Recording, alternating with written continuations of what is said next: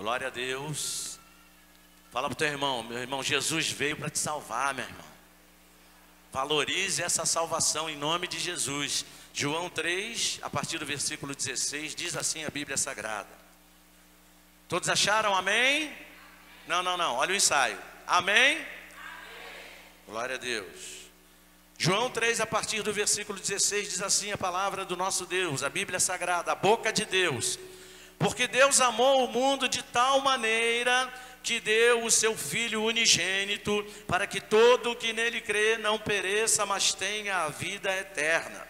Porque Deus enviou o seu Filho ao mundo, não para que condenasse o mundo, mas para que o mundo fosse salvo por ele. Diga para o teu irmão, Jesus veio para te salvar, meu irmão. Quem crê não é condenado, mas o que não crê já está condenado, porque não crê no nome do unigênito Filho de Deus. A condenação é esta: a luz veio ao mundo, mas os homens amaram mais as trevas do que a luz, porque as suas obras eram más. Pois todo aquele que pratica o mal detesta a luz e não se aproxima da luz, para que as suas obras não sejam reprovadas. Quem pratica a verdade se aproxima da luz, para que as suas obras sejam manifestas, porque são feitas em Deus. Amém. Glória a Deus. Vamos orar. Meu Deus, em nome de Jesus, nós queremos te agradecer por este momento especial em que nós temos a oportunidade de podermos, Senhor, ouvir a Tua palavra, de podermos preparar os nossos corações para nos assentarmos à mesa contigo. Então, Jesus, perdoa os nossos pecados e fala aos nossos corações, porque nós precisamos te ouvir. É isso que nós te pedimos neste momento de fé e já te agradecemos em nome de Jesus. E você que orou comigo, diga amém. Glória a Deus. Pode tomar o seu lugar em nome de Jesus. Meus queridos irmãos, Jesus Cristo veio para nos salvar. Disso todos nós já sabemos. Mas, meus irmãos, não basta saber que Jesus Cristo veio para salvar. Não adianta só a gente lembrar, porque Deus estabeleceu a Santa Ceia como um memorial, uma ordenança. Para quê? Para que a gente não se esquecesse do que Jesus Cristo fez por nós. É uma maneira que Deus estabeleceu da gente trazer à memória o sacrifício de Jesus. E veja bem, quando a gente fala do sacrifício de Jesus, a gente não está falando só da morte de Jesus na cruz, porque se você pensar friamente, morrer não foi o grande problema. O grande problema foi o sofrimento que Jesus passou antes de morrer. Porque morreu, você dá o último suspiro e acabou. Ele disse: Pai, em tuas mãos eu entrego o meu espírito. Mas todo o sofrimento que Jesus passou, a humilhação, os açoites, a coroa de espinhos, a cuspida no rosto, a rejeição, tudo que você possa imaginar, a traição, tudo que você possa imaginar que Jesus passou para chegar no ápice, no ponto máximo da sua entrega por nós, que foi a hora em que ele entrega o seu espírito nas mãos de Deus, não é verdade? E finalmente cumpre a sua missão, entregando a sua vida na cruz do Calvário. Então, meus queridos irmãos, eu tenho certeza que é o desejo do coração de Deus, que a gente não só traga à memória o que ele fez por nós, o sacrifício de Jesus por nós, mas principalmente que a gente valorize esse sacrifício. Porque não adianta nada, não vai ter valor nenhum para Deus a gente se lembrar, a gente celebrar a Santa Ceia do Senhor como esse memorial, mas a gente não está nem aí para o valor, para a importância que esse sacrifício teve na vida de cada um de nós. Então, meus queridos irmãos, se nós analisarmos de uma maneira bem equilibrada qual era a nossa condição antes desse sacrifício de Jesus alcançar as nossas vidas, como é que nós vivíamos, qual era a nossa condição dentro de um contexto geral, dentro de um contexto de vida, nós estávamos vivendo, que tipo de expectativa nós tínhamos na vida. Muitos de nós já não tínhamos expectativas de mais nada. Quantas pessoas nós conhecemos que hoje fazem parte da comunidade cristã, que hoje estão no nosso meio, são povo de Deus, e que foram alcançadas por esse amor de Deus quando estavam no pior momento de suas vidas. Quantos de nós estávamos literalmente no fundo do poço, sem esperança de mais nada? Quantos de nós estávamos doentes? Estou falando de doença física. Quantos de nós estávamos doentes, fisicamente falando? Quantos de nós estávamos doentes da mente? Quantos de nós estávamos cegos, não conseguíamos enxergar as coisas como elas realmente são? Quantos de nós estávamos falidos? Quantos de nós estávamos sem família? Quantos de nós estávamos depressivos, angustiados? Sem contar o pior disso tudo, estávamos mortos nos nossos delitos e pecados, sem esperança de um dia melhor, sem esperança de uma vida melhor, sem esperança de uma família reconstruída, sem esperança de mais nada, definitivamente sem esperança de mais nada. Levávamos a vida ao nosso bel prazer, fazíamos o que bem entendíamos com a nossa vida, que na verdade não era a nossa vida, mas era a nossa morte. Porque nós estávamos, na verdade, condenados à morte espiritual eterna. E, infelizmente, essa era a nossa condição. Mas aí, acontece algo tremendo. Deus decide nos amar. Diga glória a Deus. Não, diga glória a Deus. Deus decide nos amar. E por nos amar tanto, Deus decide enviar o seu único filho. Deus decide enviar Jesus, e Jesus veio a esse mundo para nos salvar. Essa foi a parte principal da missão de Jesus.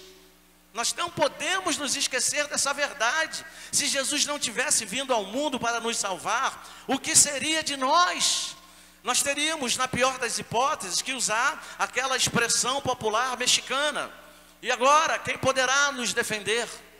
Quem poderá nos salvar?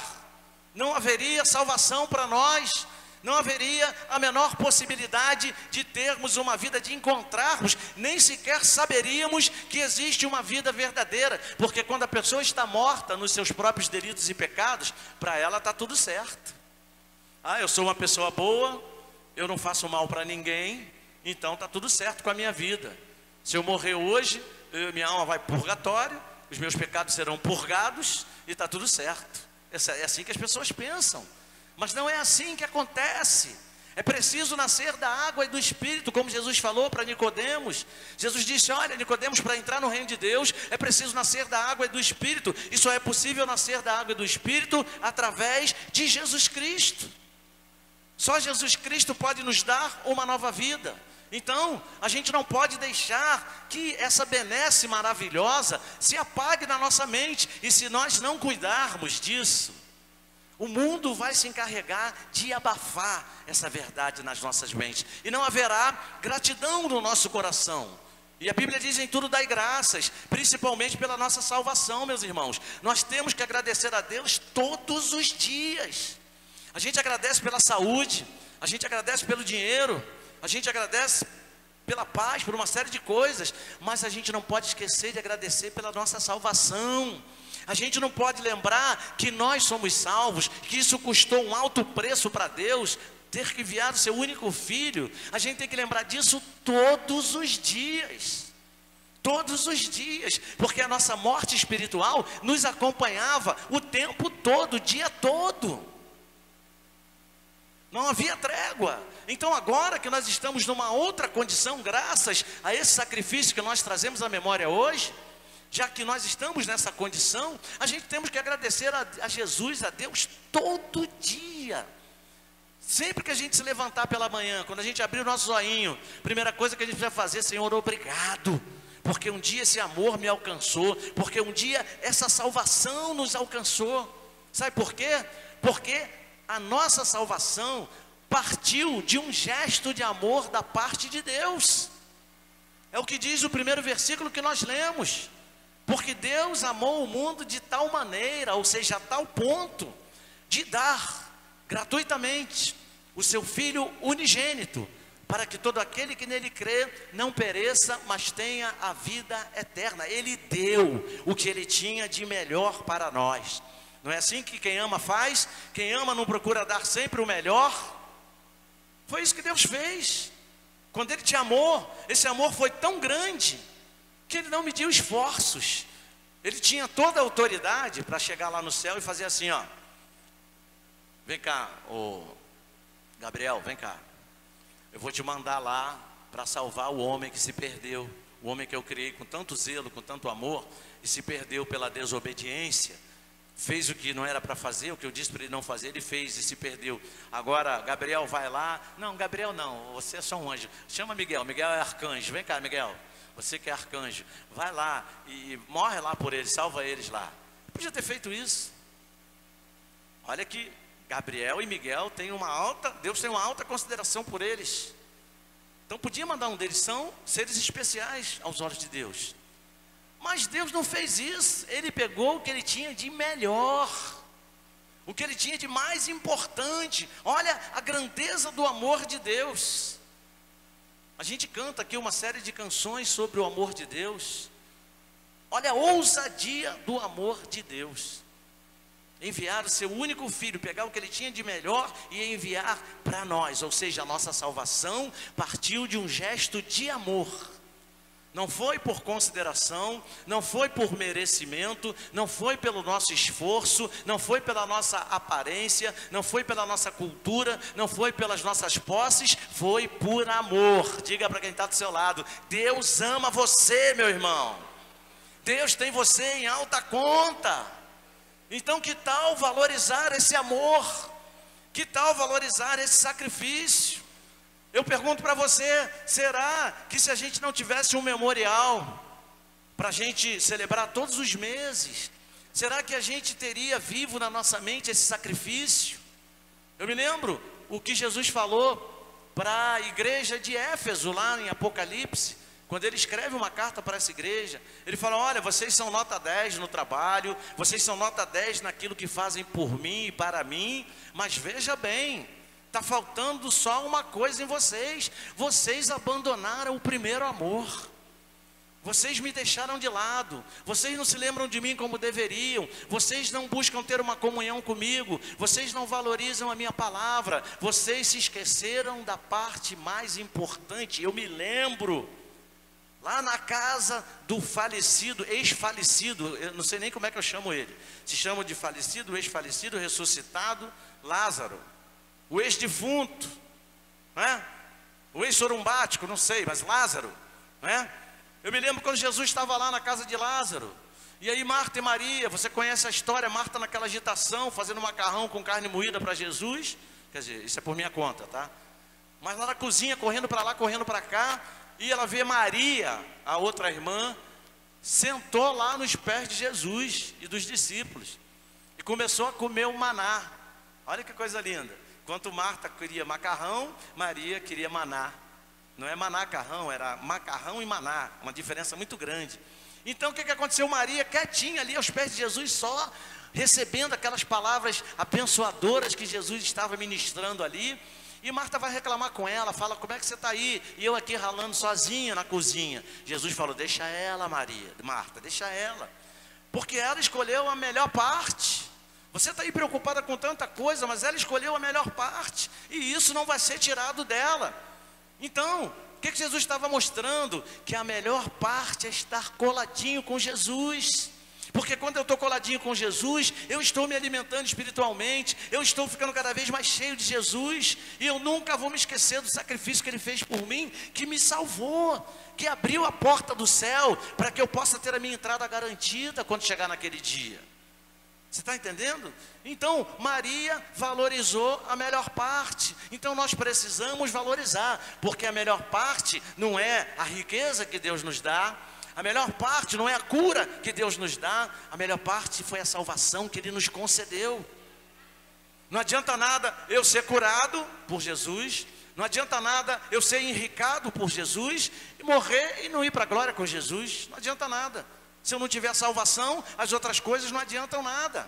Você está entendendo? Então a gente precisa agarrar essa salvação, porque foi de graça, foi um dom, foi uma dádiva, foi um presente de Deus. A Bíblia diz: pela graça sois salvos, e isso não vem de vós, é dom de Deus, ou seja, é presente de Deus para vocês.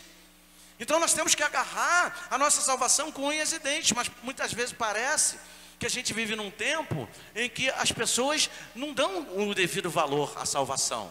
A gente quer colocar a vida material, a gente quer colocar as coisas dessa terra acima das coisas do nosso Deus, acima da nossa relação com o nosso Deus. E esse não é o caminho. Ele disse: buscar em primeiro lugar o meu reino e a minha justiça, e as demais coisas eu vou acrescentar para vocês. Então, meus queridos irmãos, o que Deus estava querendo dizer? Segura, guarda com chave de ouro a tua salvação e vive essa salvação. Que Deus, meus irmãos, quando criou o homem, Ele não criou o homem para se perder, não. Tanto que quando o homem se perdeu, a primeira coisa que Deus fez foi providenciar uma promessa de salvação para o homem. Vamos até Gênesis capítulo 3. Aqui está a primeira pregação do Evangelho, a primeira promessa de salvação. Gênesis 3, no versículo 15. Gênesis 3, no versículo 15. Quem achou, diga amém. Gênesis 3, no versículo 15. Quando Deus viu que o homem se perdeu, olha o que Ele disse, olha o que Ele prometeu. Gênesis 3, pega a partir do 14 para você entender melhor. Ele disse assim, aliás, pega no 14, está escrito assim, Gênesis 3, 14, diz assim: então o Senhor Deus disse à serpente. Quem foi a serpente? Aquela que induziu o homem e a mulher a desobedecerem a Deus, prefigurando Satanás. E ele disse: então o Senhor Deus disse à serpente: por causa do que você fez, serpente, você é maldita entre todos os animais domésticos e entre todos os animais selvagens. Você rastejará sobre o seu ventre e comerá pó todos os dias da sua vida. Agora olha a promessa de salvação, versículo 15: porém inimizade entre você e a mulher, entre a sua descendência e o descendente dela. Este lhe ferirá a cabeça e você lhe ferirá o calcanhar. Primeira promessa de salvação. Lá do começo, Deus já providenciando para nós o escape da morte eterna. Então, meus queridos irmãos, vamos valorizar. Sabe por quê? Porque eu e você não fomos levantados para sermos julgados e condenados. Nós fomos levantados para a salvação. Diga para o teu irmão: você foi levantado para a salvação, meu irmão. Olha o que diz o versículo 17 de João 3, diz assim, ó, volta lá em João 3: porque Deus enviou o seu Filho ao mundo, não para que condenasse o mundo, mas para que o mundo fosse salvo por Ele. Aleluia! Definitivamente, Jesus não tem nenhum prazer em condenar nenhum ser humano, porque Ele não veio para condenar, Ele veio para salvar. Então veja que coisa maravilhosa. Você não está fadado à condenação mais, porque o amor de Deus alcançou a sua vida, e você recebeu esse amor na pessoa de Jesus Cristo. Então definitivamente você não será condenado se você perseverar até o final, porque você recebeu esse amor, porque você recebeu a Jesus como seu Salvador. E ele continua dizendo no versículo 18: quem nele crê não é condenado. Olha aí, ó. Mas o que não crê já está condenado. Quantos aqui creem em Jesus? Digam amém. Então você não será condenado. Olha que coisa maravilhosa. E ele diz: mas o que não crê já está condenado, porque não crê no nome do unigênito Filho de Deus. Aleluia. Então veja quão privilegiados nós somos, porque, meus irmãos, Jesus também tem poder para condenar. Deus deu a Ele esse poder. Ele é o justo juiz, diga amém. Ele é o justo juiz. Então Ele vai julgar com retidão. Por que Ele pode julgar com retidão? Por que Ele é o justo juiz? Porque Ele é o único juiz que conhece todas as coisas. Por que o juiz humano precisa de testemunhas? Por que o juiz humano precisa de um tribunal de júri? Por quê? Porque ele não conhece todas as coisas, ele não conhece todos os fatos. Então ele precisa de evidências, ele precisa de provas para proferir uma sentença condenatória. Mas com Jesus não é assim. Jesus conhece a sua vida de trás para frente, de frente para trás. Mesmo antes de você estar no ventre de sua mãe, quando você ainda era uma criatura informe, Ele já conhecia toda a sua história. Aleluia! Então Ele pode julgar com retidão. Glória a Deus. Mas se você creu em Jesus, se você valorizar essa salvação, se você valorizar esse sacrifício, não haverá condenação para você. A Bíblia diz lá em Romanos que nenhuma condenação há para os que estão em Cristo Jesus, porque o Espírito da vida em Cristo Jesus nos libertou da lei do pecado e da morte. Olha que coisa linda, olha que coisa maravilhosa. Isso é para nós. Então a gente precisa viver isso. Qual é a maneira de eu valorizar esse sacrifício e essa salvação? Eu vivendo essa salvação na minha vida, eu vivendo a minha vida de cristão, eu vivendo a minha vida de salvo, eu vivendo a minha vida de acordo com as Escrituras Sagradas. Quando eu faço isso, eu estou valorizando a vida, o sacrifício, a ressurreição daquele que veio para trazer a luz para a minha vida, porque antes nós estávamos em trevas.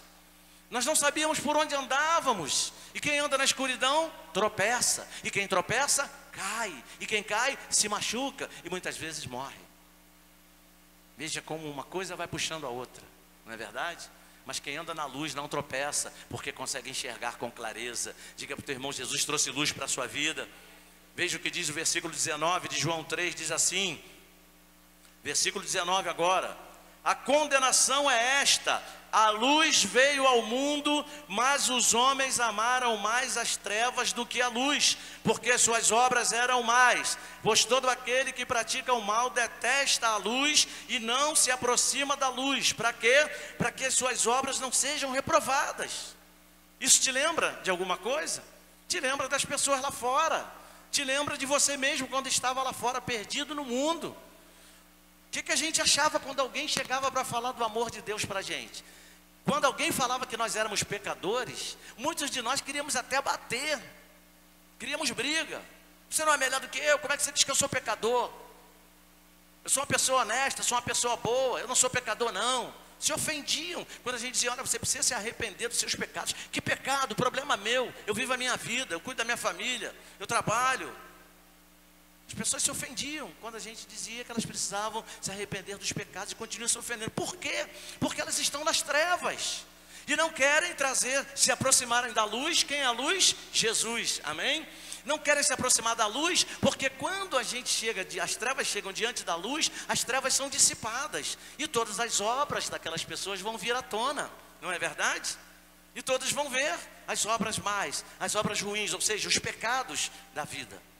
Então, meus irmãos, a gente precisa levar essa luz para essas pessoas, e essa luz está em nós. Diga para o teu irmão: essa luz está em você.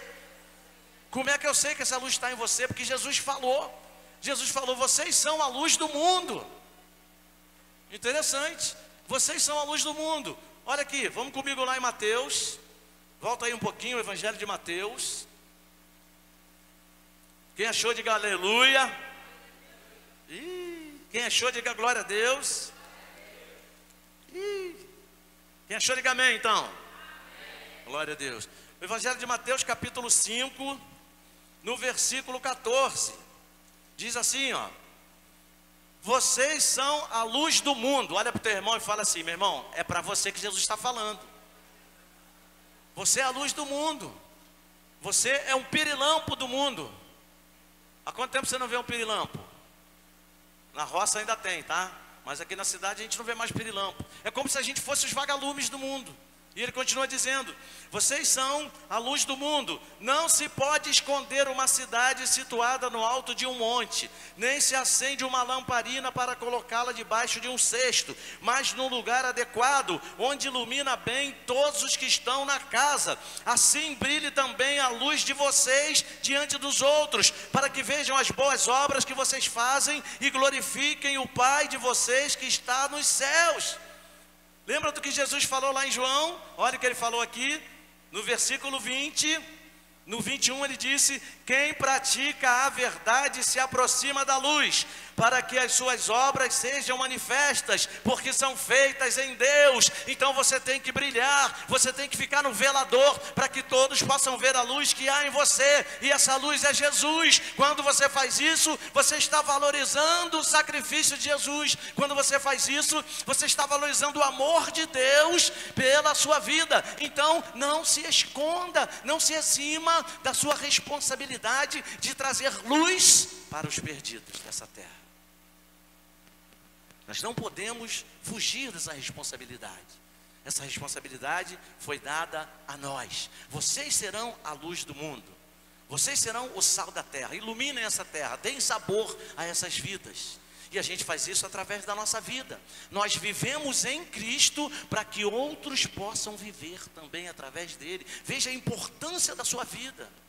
Você vive a vida com Jesus para que outras pessoas também possam viver. Olha o peso da sua responsabilidade. Então, meus irmãos, vamos iluminar essa terra. Vamos deixar a luz que está em nós brilhar. E essa luz se chama Jesus Cristo de Nazaré. Quando Jesus brilha em nós, as nossas obras são tornadas evidentes. E todos vão ver as obras que nós fazemos em Deus. Porque um dia nós fomos alcançados por esse tão grande amor, que nos amou a tal ponto que Deus, sem nenhuma reserva, sem esperar nenhuma melhoria, nenhum posicionamento de nossa parte, para que nós pudéssemos ser pessoas melhores. Talvez se Ele fosse esperar, Ele estaria esperando até hoje. Mas, independente da nossa condição, independente de quem éramos e como estávamos, esse amor nos alcançou e nos fez novas criaturas em Cristo Jesus. E nos deu a vida verdadeira, a vida eterna com Deus, para que nós vivamos e para que outros possam viver.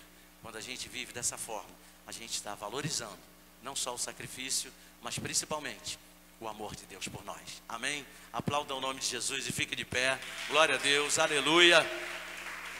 Glória a Deus. Aleluia.